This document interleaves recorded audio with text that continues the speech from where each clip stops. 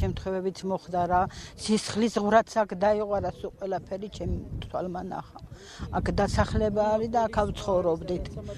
ხო აქვე ვცხოვრობთ აი აქვე ვცხოვრობთ და სულ ყველაფერი ჩვენ თვალწინ იწოდა დავისამე უკვე და ესაჩვენესაგან მარტივ ვთქვათ უფლის ყოველდღე შევხვდებანი მარტინებს დაუნებლიეთ უყალო შეგვიწყან უყალო შეგვიწყან უყალო შეგვიწყან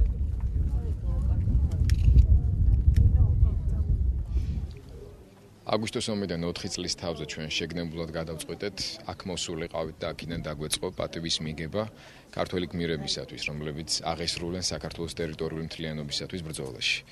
მე მსოფლიოს ბევრ მუზეუმში ვარ დამყოფი, რომელიც უსასტიკესი ბრძოლების ისტორიას აღწერს, მაგრამ არა იმის გამო, რომ მე ქართველი ვარ და ჩემს სისხლსა და ხორცზეა საუბარი, არა იმის გამო, რომ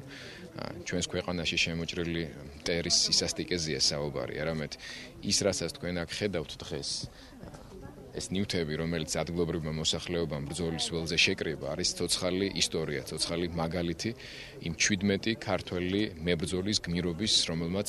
თავისი სიცოცხლის და მართლა წარმოუდგენელი თავდადებისა და ვაჟკაცობის ფასად რუსეთის რეგულარული არმიის მთელი შენა ერთი გააჩერა რამდენიმე საათის განმავლობაში და უზარმაზარი დანაკარგი მიაყენა. დღევანდელ დღეს ჩვენ პატივს მივაგებთ მათ ხსოვნას და მეორეს მხრივ ამაყები ვართ მათი გმირობით.